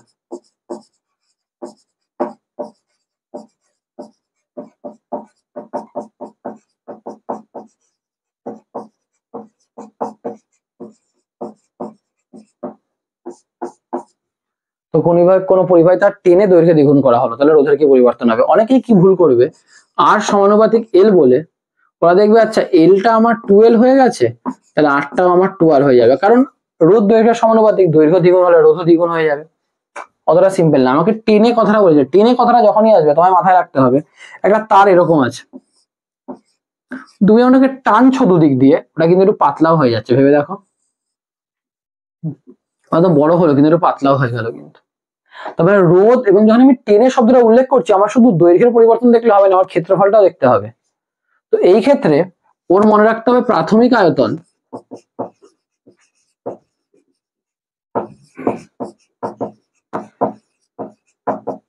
আর অন্তিম আয়তনটা সমান সমান, প্রাথমিক আয়তন আর অন্তিম আয়তনটা কিন্তু সমান সমান। তো V is equals to V dash, মানে আগে যে ওর দৈর্ঘ্য আর প্রস্থচ্ছেদের ক্ষেত্রফল ছিল, পরের ওর দৈর্ঘ্য আর প্রস্থচ্ছেদের ক্ষেত্রফলের গুণফলের সমানই হবে। আয়তন মানেই দৈর্ঘ্য আর প্রস্থচ্ছেদের ক্ষেত্রফলের গুণফল। তো এল এ ছিল, এবার এখন আমার নতুন দৈর্ঘ্যটা কত হয়ে গেছে? 2L, তাহলে এল ড্যাশ জায়গায় 2L। আচ্ছা এই ড্যাশটা জানি না, দেখো এল কেটে গেল, দেখো এই ড্যাশ পেয়ে গেলে a/2, স্বাভাবিক। তার মানে যদি তুমি টেনে বড় করো, তার মানে কিন্তু ক্ষেত্রফলটা অর্ধেক হয়ে গেল। এবার বার করো R dash rho L dash by এটা, দেখো রো কিন্তু চেঞ্জ করিনি, তার কারণ রোটা নির্ভর করে কাদের উপর? একটু আগে লিখেছিলাম উপাদান আর উষ্ণতার উপর। তো উপাদান বা উষ্ণতা কেউই চেঞ্জ হয়নি, তাহলে এটা সেমই থাকবে। এল ড্যাশের জায়গায় আমি কত লিখবো? 2L। এ ড্যাশ আমি বার করেছি কত? a/2, 2টা উপরে উঠে গেল, তাহলে 4 রো এল বাই এ। এবার আমাদের আগের রোধ কত ছিল? জাস্ট রো এল বাই এ, তাহলে এখন এই রো এল বাই জায়গায় আর হবে, তাহলে 4R, তার মানে কিন্তু রোধ 4 গুণ হয়ে গেল। এখন টেনে শব্দটা বললো, তখনই কিন্তু আমি বুঝে গেলাম আমাকে দৈর্ঘ্য আর প্রস্থচ্ছেদের ক্ষেত্রফল দুটোকেই দেখতে হবে। ঠিক আছে, দৈর্ঘ্য বলতে টেনে 3 গুণ করা হলো, শর্টকাট বলে দিই, টেনে 3 গুণ করা হলো বলেছে, তখন আর ড্যাশ হয়ে যাবে 9R। কনসেপ্টটা কি? দ্বিগুণ করা হয়েছে 4R, কারণ উপরেও 2 নিচেও 2, 3 গুণ করা হলো উপরেও 3 নিচেও 3, তাহলে 9R হয়ে যাবে। আর যদি বলা হয় টেনে n গুণ করা হলো, n গুণ মানে nটা কোনো भी সংখ্যা হতে পারে, টেনে n গুণ করা হলো, তো r ড্যাশ হয়ে যাবে n স্কোয়ার r, যা হবে তার স্কোয়ার। দেখো 2 ছিল 2 এর স্কোয়ার, 3 ছিল 3 এর স্কোয়ার, যা থাকবে তার স্কোয়ার, তো r ড্যাশ হলো n স্কোয়ার r। তো এইভাবে তুমি কিন্তু এটা মাথায় রাখতে পারো বা এটা বুঝতে পারো, এটা খুব ইম্পর্টেন্ট একটা অঙ্ক, এখানে খুব ভালো অঙ্ক। ঠিক আছে, তো টেনে শব্দ থাকলে কিন্তু যদি এই প্রশ্নটাই তোমাকে এরকম ভাবে দিত মুছে দিই।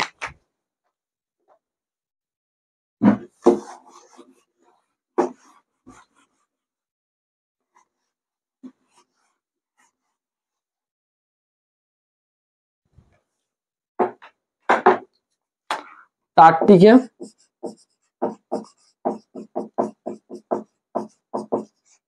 দৈর্ঘ্যে দ্বিগুণ হলো।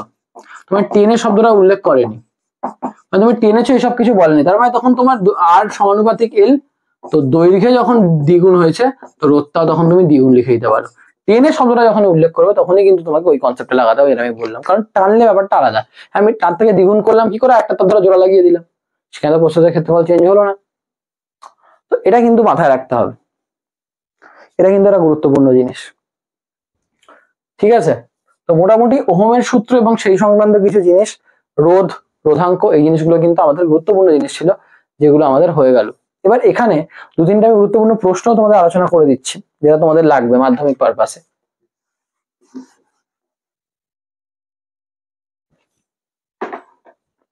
সেটা হলো গিয়ে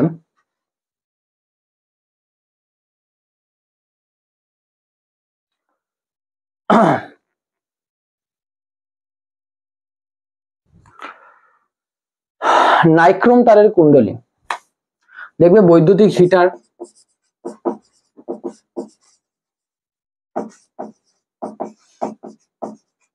এখানে নাইক্রোম কুণ্ডলী ব্যবহার করা হয় কেন? খুব বিখ্যাত প্রশ্ন। নাইক্রোম কুণ্ডলী, কারণ এই যে নাইক্রোম, এটা নিকেল, ক্রোমিয়াম এবং লোহার একটা সংকর ধাতু। এই প্রশ্নটা কিন্তু পরীক্ষায় অনেকবারই এসেছে এবং আসতেও পারে। এটা নিকেল, ক্রোমিয়াম এবং লোহার সংকর ধাতু, এবং এর ক্ষেত্রে কি হয়, এর উচ্চ গলনাঙ্ক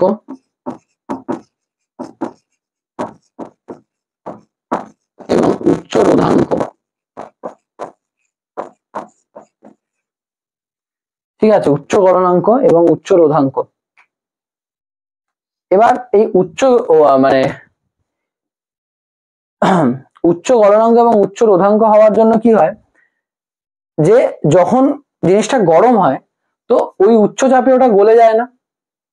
আর উচ্চ রোধ হওয়ার জন্য কি হচ্ছে, রোধ যত বেড়ে যাচ্ছে উষ্ণতা তত বেড়ে যাচ্ছে, তাই না? কারণ তত জিনিসটা গরম হয়ে যাচ্ছে, তাই জন্য এই জায়গাটা বেশ গরম করতে কাজে লাগে। তো উচ্চ গলনাঙ্ক, উচ্চ তাপমাত্রায় গলে না, এটাই সুবিধা।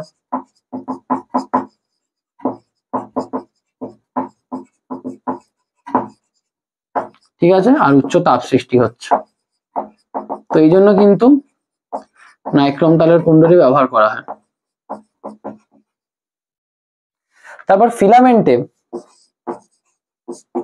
টাংস্টেন তারের কুণ্ডলী, বৈদ্যুতিক বাতির যে ফিলামেন্ট থাকে সেখানে টাংস্টেন তারের কুণ্ডলী।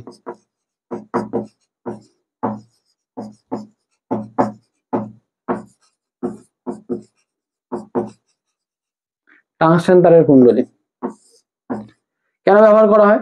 এটা হয় সরু ও লম্বা তারটা। সরু ও লম্বা হওয়ার জন্য কি হচ্ছে, রোধটা বেশি হচ্ছে।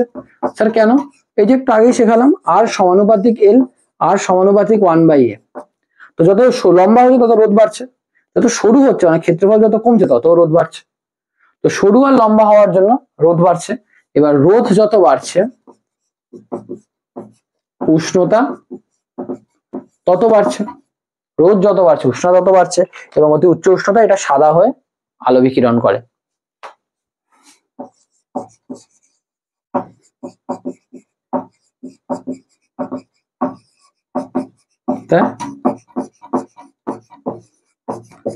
সাদা হয়ে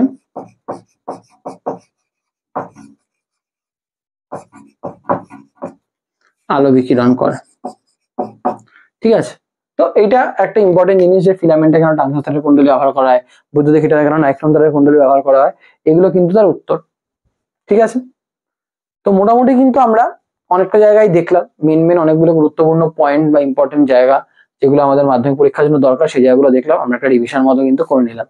এবার আমরা কি করব, এবার আমরা এই জিনিসটারই কিছু প্রশ্ন, যে ধরনের প্রশ্নগুলো এই জায়গাটা থেকে ইম্পর্টেন্ট সেই জিনিসগুলো আমরা একটু দেখে নেব। তো স্টুডেন্টস এবার এই প্রশ্নগুলো দেখো। যতটুকু টপিক পড়লাম তার উপর বেস করে কিছু গুরুত্বপূর্ণ প্রশ্ন। অবশ্যই এই টপিকটায় যে অনেক প্রশ্ন আসবে এরকম নয়, তবে কিছু প্রশ্ন যে এই টপিকটার উপর যেটা দরকার তোমাদের পরীক্ষার জন্য সেগুলো আমি লিখেছি। আরো লিখবো কিছু, দেখে নাও। বলেছে কোনো পরিবাহীর মধ্য দিয়ে 2 মিনিটে 12 কুলম্ব আধান প্রবাহিত হলে তড়িৎ প্রবাহ মাত্রা কত হবে। মানে আজকে আমি এই প্রশ্নটা দিয়েছি মানে যে এটাই আসবে। তার থেকেও বড় কথা হলো যে তোমার কাছে এরকম সময় এবং আধান বলা থাকতে পারে, তোমাকে তড়িৎ প্রবাহ মাত্রা জিজ্ঞেস করতে পারে, বা তোমাকে তড়িৎ প্রবাহ মাত্রা সময় বলা থাকতে পারে, আধান জিজ্ঞেস করতে পারে, এই প্রশ্নটা আসতে পারে। ঠিক আছে, এবং সেখানে আমাদের যে মেইন ফর্মুলাটা লাগে সেটা হলো, মনে রাখবে, I is equals to Q by T. I হলো আমাদের তড়িৎ প্রবাহ মাত্রা, কিউ হলো আধান এবং টি হলো সময়। তো সেই দিক থেকে আমরা এখানে বার করতে পারি, আমাকে বলছে তড়িৎ প্রবাহ মাত্রা, আমরা আই বার করতে হবে। দেখো কিউ কত, কিউ হলো আমার 12 কুলম্ব, তার মানে 12 বাই সময় কত 2 মিনিট, তার মানে 2 × 60 সেকেন্ড। সবসময় এটাকে মিনিটে রাখবেন, এটাকে সবসময় সেকেন্ডে পরিণত করবেন, নাহলে কিন্তু অঙ্কগুলো মিলবে না। ঠিক আছে, তো আলটিমেটলি আমার হয়ে যাচ্ছে হলো 12 বাই 120 অ্যাম্পিয়ার, তার মানে 0.1 অ্যাম্পিয়ার। তুমি যদি ভাগ করো দেখো নিচে 10 আসবে, 1 এর 10 মানে 0.1 অ্যাম্পিয়ার। আজকে তোমাকে এই প্রশ্নটা এরকম থাকতে পারে যে তোমার Q equals to I into T. হয়তো তোমায় বলে দিয়েছে যে 2 অ্যাম্পিয়ার প্রবাহ মাত্রা 2 মিনিট ধরে হচ্ছে, তাহলে কতগুলো আধান প্রবাহিত হলো। 2 অ্যাম্পিয়ার প্রবাহ মাত্রা 2 কুলম্ব, মানে 2 অ্যাম্পিয়ার প্রবাহ মাত্রা 2 মিনিট, তাহলে আই এর জায়গায় 2 আর 2 মিনিট যেহেতু, তো টি এর জায়গায় 2 মিনিট মানে 120 সেকেন্ড। টি সবসময় কিন্তু ফর্মুলায় সেকেন্ডে বসবে, মাধ্যমিকে আসলে যেন এটা ভুল করে না আসো তোমরা কেউ, এটা মাথায় রেখো। আচ্ছা, তারপরে বলেছে একটি কোষের তড়িৎচালক বল 6 ভোল্ট, এর অর্থ কি। দেখো কোষের তড়িৎচালক বল 6 ভোল্ট কি অর্থ কি, এটাও খুব একটা গুরুত্বপূর্ণ প্রশ্ন। তড়িৎচালক বলের বিষয়টা পার্টিকুলারলি আমি আর এই ভিডিওতে ডিটেলে রাখা হয়নি, আমি শুধু বিভব প্রভেদ, বিভব পার্থক্য, বিভব এই জায়গাগুলো পড়িয়েছি। তারপর তোমাদের তড়িৎ প্রবাহ মাত্রা বলানোর পর ওহমের সূত্রে গেছি। আমাদের পরের ভিডিওতে তড়িৎচালক বলটা ডিটেলে আলোচনা করা হবে। তো তড়িৎচালক বলটা খুব পরের ভিডিওর একদম আমাদের মেইন ক্রুশিয়াল পয়েন্ট গুলোর মধ্যে একটা থাকবে। বাট এখানে তড়িৎচালক বল যেহেতু প্রশ্নটা, কারণ এই প্রশ্নটা ওই টপিক ওয়াইজ দেখলে এই জায়গার মধ্যে পড়ে, তো এই জন্য এখানে দেওয়া আছে যে 6 ভোল্ট, মানে 6 ভোল্ট নয়, পরীক্ষায় তোমাদের 1.5 ভোল্টও আসতে পারে, 2.5 ভোল্টও আসতে পারে। বাট এই প্রশ্ন যে তড়িৎচালক বলের একটা সার্টেন মান আছে, এর অর্থ কি। এর অর্থ তোমাকে এরকম ভাবেই দিতে হবে যে তড়িৎ কোষের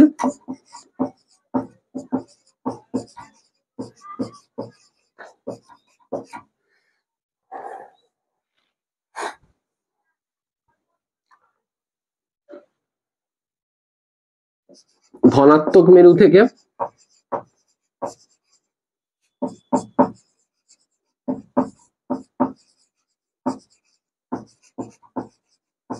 ঋণাত্মক মেরুতে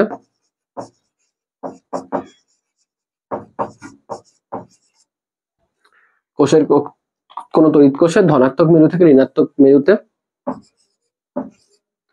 1 কুলম্ব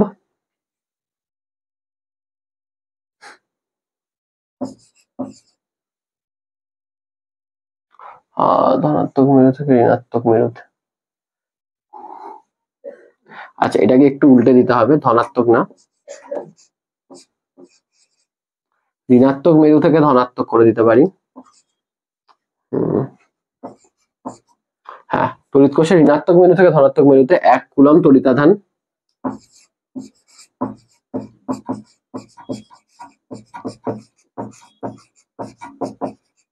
নিয়ে যেতে তড়িৎ কোষের মধ্যে দিয়ে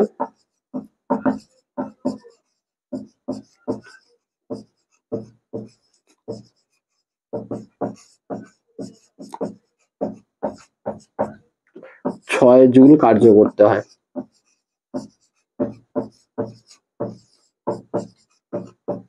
6 জুল কার্য করতে হয়, এটা কিন্তু মাথায় রাখবে যে ধনাত্মক মেরু থেকে ঋণাত্মক মেরুতে যে আমাদের তড়িৎ কোষের ঋণাত্মক মেরু থেকে ধনাত্মক মেরুতে 1 কুলম্ব তড়িতাধান নিয়ে যেতে তড়িৎ কোষের মধ্যে দিয়ে 6 জুল কার্য করতে হয়। কোনো জায়গায় বা কোনো বইতে তোমরা এরকমও জিনিসটা পেতে পারো হয়তো, যেখানে হয়তো তোমাদেরকে বলা আছে যে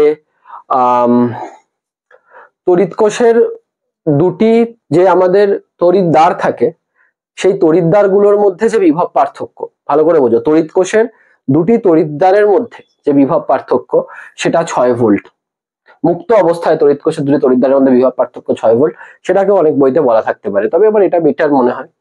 ঠিক আছে, ঋণাত্মক থেকে কিন্তু ধনাত্মক আছে, এটা ঋণাত্মক থেকে ধনাত্মক,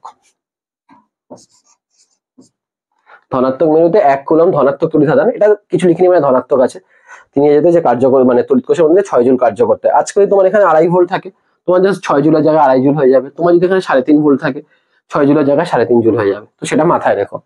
1 ইএসইউ বিভব বা স্ট্যাট ভোল্ট মানে কত ভোল্ট? 1 ইএসইউ বিভব বা স্ট্যাট ভোল্ট মানে আমি তোমাদের একটু আগেও বলেছি 300 ভোল্ট, মনে রাখবে। 3 ওহম ও 6 ওহম দুটি রোধকে সমান্তরাল সমবায় যুক্ত করে তার তুল্যাঙ্ক রোধ কত? সমান্তরাল সমবায়টা আমার এই পোর্শনে বলা হয়নি, এটা আমার ওহমের সূত্র বলা হয়েছে। তবে সমান্তরাল সমবায়ের ফর্মুলা তোমরা হয়তো অনেকে জানো, টপিকে এসছে তাই দিয়েছিলাম। 1/r1 + 1/r2 সমান্তরাল সমবায়ের, তাই জন্য 1/3 + 1/6, তো এটা হয়ে যাচ্ছে হলো, তো r = 2 ওহম। সমান্তরাল সমবায় বললে এটা 2 ওহম। একটি আদর্শ অ্যামিটার বা ভোল্টমিটারের রোধ কত হওয়া উচিত? আদর্শ অ্যামিটার বা ভোল্টমিটারের রোধ হওয়া উচিত আমাদের অ্যামিটারের ক্ষেত্রে, মানে দুটো আলাদা প্রশ্ন, এটাও গুরুত্বপূর্ণ। অ্যামিটারের ক্ষেত্রে রোধটা হওয়া উচিত আমাদের 0 ওহম, মনে রাখবে। আর ভোল্টমিটারের ক্ষেত্রে রোধটা হওয়া উচিত আমাদের অসীম।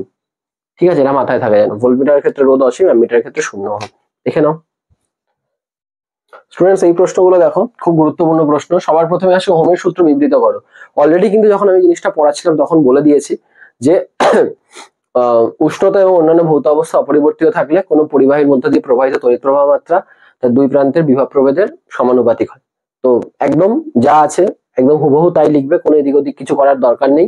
এবং পারলে একটু গাণিতিক ব্যাখ্যা দিয়ে দেবে, যে এরকম একটা রোধ এঁকে এটা এ এটা বি, যেভাবে আমি আর কি তোমাদের একটু আগে পড়ানোর সময় বললাম যে VA - VB সমানুপাতিক I, তো এটাকে V সমানুপাতিক I লিখতে পারো, মানে এটাকে V ধরে, তো V = IR, যেখানে R হলো রোধ বলে ওহমের সূত্র বলে লিখে দিতে পারো, এটা গাণিতিক ব্যাখ্যা আর কি। রোধ কোন কোন বিষয়ের উপর নির্ভর করে? গুরুত্বপূর্ণ প্রশ্ন। এটাও আমি একটু আগে আলোচনা করেছি, তোমরা জানো। 1 নম্বর দৈর্ঘ্যের সাথে সমানুপাতিক। যারা যারা কিন্তু আমি এই এতক্ষণ ধরে যে লেকচারটা দিয়েছিলাম ওটা দেখোনি, সেটা কিন্তু অবশ্যই দেখো, কারণ ওইটা কিন্তু তোমাদের অনেক জিনিসকে বুঝতে সাহায্য করবে। তারপর ওই জিনিসটা যদি তোমাদের বোঝা থাকে, তোমাদের এই প্রশ্নগুলো করতে কিন্তু আমারও হয়তো দরকার পড়বে না, তোমরা নিজেরাই করতে পারবে। ঠিক আছে, কোন কোন বিষয়ের উপর নির্ভর করে? দৈর্ঘ্যের সমানুপাতিক, প্রস্থচ্ছেদের ক্ষেত্রফলের ব্যস্তানুপাতিক, এবং 3 নম্বর হলো উপাদান। ঠিক আছে, আর 4 নম্বর হলো উষ্ণতার উপর নির্ভর করে। এই জিনিসগুলো লিখো। কোন পরিবাহীকে যদি আমরা ট্রেনের দৈর্ঘ্যে 3 গুণ করি, তাহলে রোধ ও রোধাঙ্কের কি পরিবর্তন হবে? এরকম অঙ্ক কিন্তু একটু আগেই দেখালাম আমি তোমাদের একদম করে, যে কি আমি ব্যাপারটা কি দেখালাম। আমি অঙ্কটা আবার করছি না, কারণ একটু আগেই করেছি, একটু আগে গিয়ে দেখে নাও এই ব্যাপারটা কি করিয়েছিলাম। যে আলটিমেটলি আমার যখন আমি কোনো কিছুকে দৈর্ঘ্যকে দুদিক থেকে স্ট্রেচ করছি, টানছি, ওই টানার ফলে যে চেঞ্জটা হচ্ছে ওটা আমার n² হয়ে যায়। মানে আমি যেমন দৈর্ঘ্যকে টেনে 3 গুণ করছি, তো আমার কিন্তু পরের রোধটা হয়ে যাবে 9R, কারণ 3² R, তো 9R হয়ে যাচ্ছে, তাই না? একটু আগে কিন্তু এটা, এবার এটা কিন্তু ডাইরেক্টলি লেখা যায় না, এটা কিভাবে এসছে সেটা আমি কিন্তু একটু আগেই দেখেছি, সেখান থেকে কিন্তু তোমাকে দেখতে হবে। ঠিক আছে, তো রোধের পরিবর্তন যেটা হয়, রোধাঙ্কের ক্ষেত্রে কি পরিবর্তন হয়? রোধাঙ্কের কোনো পরিবর্তন হয় না, রোধাঙ্কের কিন্তু পরিবর্তন হয় না, কারণ রোধাঙ্ক মনে রাখবে মাত্র দুটো জিনিসের উপর নির্ভর করে। রোধাঙ্ক নির্ভর করে হলো উষ্ণতা আর উপাদান, রোধাঙ্কের সাথে দৈর্ঘ্য বা ক্ষেত্রফলের কোনো সম্পর্ক নেই। আচ্ছা, উষ্ণতার উপর রোধাঙ্কের নির্ভরশীলতা ব্যাখ্যা করো। এটাও আমরা কি বলতে পারি, যে পরিবাহীদের ক্ষেত্রে যেটা হয়, পরিবাহীদের ক্ষেত্রে রোধাঙ্কের সাথে উষ্ণতার সমানুপাতিক সম্পর্ক, যে উষ্ণতা যত বাড়ে তত রোধাঙ্ক বাড়ে, এটা পুরো কথাই লিখবে পরিবাহীর ক্ষেত্রে। অর্ধ পরিবাহী বা তড়িৎ বিশ্লেষ্য পদার্থের ক্ষেত্রে,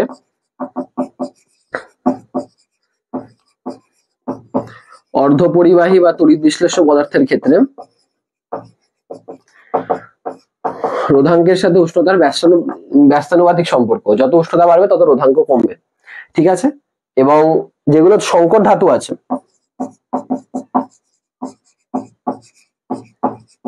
অলমোস্ট অপরিবর্তিত, খুব একটা চেঞ্জ হয় না, অলমোস্ট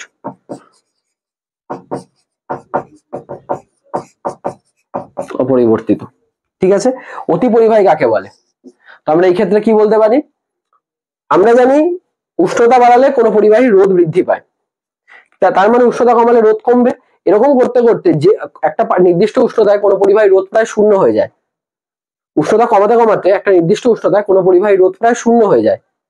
এই অবস্থাকে কোনো পরিবাহীর মানে অতি পরিবাহী অবস্থা বলে। যেহেতু রোধ শূন্য হয়ে গেছে তাই জন্য প্রচুর পরিবহন করতে পারবে। যেমন 4.2 কেলভিন উষ্ণতায় পারদ।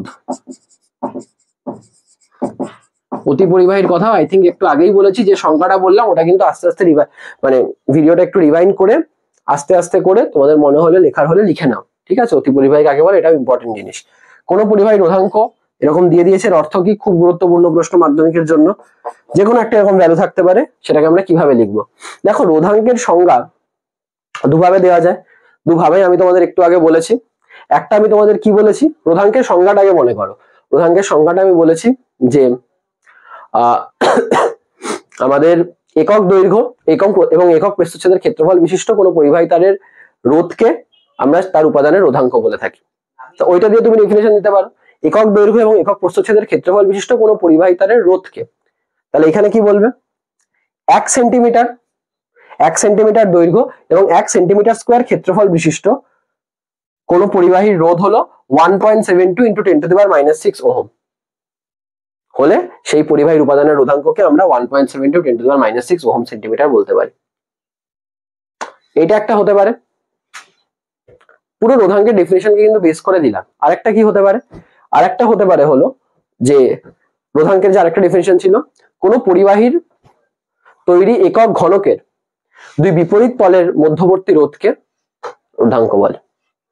কোন পরিবাহীর তৈরি একক ঘনকের দুই বিপরীত তলের মধ্যবর্তী রোধকে ওই পরিবাহীর উপাদানের রোধাঙ্ক বলে। তো এই ক্ষেত্রেও তাই।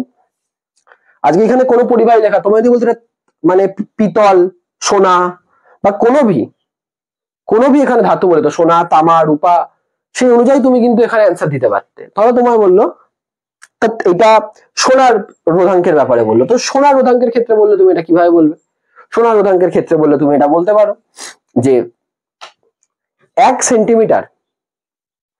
সেন্টিমিটার বাহু বিশিষ্ট সোনার তৈরি কোনো ঘনকের দুই বিপরীত তলের মধ্যবর্তী রোধ হলো 1.72 × 10⁻⁻6 ওহম। তোমার এই ভ্যালুটা চেঞ্জ হয়ে যাবে, কিন্তু বলার ধরনটা কিন্তু এটাই থাকবে। আজকে সেন্টিমিটার থাকবে, আমরা সেন্টিমিটার দিয়ে বলছি, মিটার থাকলে আমি মিটার দিয়ে বলতাম। ব্যাপারটা কি বলতে চাইলাম বোঝা গেল? আরেকবার রিভাইন্ড করে শোনা দরকার পড়লে। কিন্তু এটা কিন্তু খুব গুরুত্বপূর্ণ প্রশ্ন। আইদার তুমি ঘনকের জায়গাটা দিয়ে বলো, বা তুমি একক দৈর্ঘ্য মানে একক দৈর্ঘ্য এবং একক প্রস্থচ্ছেদের ক্ষেত্রফল বিশিষ্ট কোনো পরিবাহীর রোধ এই দিয়ে বলো। দুটোর মধ্যে যে কোনো একটা দিয়ে বলো, কিন্তু বলার ধরনটা কিন্তু এটা থাকবে। আজকে এখানে কোনো পরিবাহী বলেছে তাই আমি বলছি কোনো পরিবাহীর একক দৈর্ঘ্য এবং একক ঘনকের মানে একক প্রস্থচ্ছেদের ক্ষেত্রফল বিশিষ্ট। তোমার সোনা, তামা, রূপা যেটাই বলবে তার বলবে যে আজকে 1 সেন্টিমিটার এবং 1 সেন্টিমিটার দৈর্ঘ্য এবং 1 সেন্টিমিটার স্কোয়ার ক্ষেত্রফল বিশিষ্ট সোনার তারের তৈরি কোনো পদার্থের রোধ, বা সোনার তৈরি কোনো তারের রোধ। ব্যাপারটা কি, যে পদার্থটা বলবে তার নামটা বসিয়ে দেবে। বোঝা গেল তো? এটা কিন্তু খুব গুরুত্বপূর্ণ প্রশ্ন। ইলেকট্রিক হিটারে আমরা কোন কারণে কেন নাইক্রোম তার ব্যবহার করি? নাইক্রোম তার আমরা ব্যবহার করার কিন্তু মেইনলি দুটো কারণ। এক হলো নাইক্রোম তারের গলনাঙ্কটা উচ্চ, মনে রাখবে, আর দুই হলো রোধাঙ্কটা উচ্চ। গলনাঙ্ক উচ্চ, রোধাঙ্ক উচ্চ, তাই জন্য অনেক বেশি তাপ উৎপন্ন হয় এবং ওই তাপে ওই জিনিসটা নাইক্রোম তারের কুণ্ডলীটা গলে যায় না, তো তাই জন্য অনেক বেশি তাপে আমরা কাজ করতে পারি। তো এটাই মোটামুটি এখান থেকে প্রশ্ন। আশা করি এখানে যে প্রশ্নগুলো সেগুলো ভালো করে পড়বে। এইটুকু প্রশ্নই কিন্তু আমাদের এই জায়গা থেকে গুরুত্বপূর্ণ, যেটা তোমাদের মাধ্যমিক সিলেবাসে লাগবে। এরপরে আমরা প্রবাহিত তড়িতের যে পরের আমরা নেক্সট পার্টটা যখন দেখবো, নেক্সট পার্টে আমরা বাকি অনেকগুলো জিনিস দেখবো, যেমন আমাদের রোধের সমবায় দেখবো, তড়িৎ প্রবাহ, তাপীয় ফল সংক্রান্ত জুলের সূত্র দেখবো, তড়িৎ চালক বল দেখবো। এগুলো কিন্তু খুব ডিমান্ডিং টপিক, তো ভালোভাবে নেক্সট ভিডিওটা দেখবে। তবে এই ভিডিওর এই ইম্পর্টেন্ট জিনিসগুলো জেনে রেখো, এখান থেকেও কিন্তু প্রশ্ন আসবে। তোমাদের সাথে দেখা হবে আবার পরের ভিডিওতে। টাটা।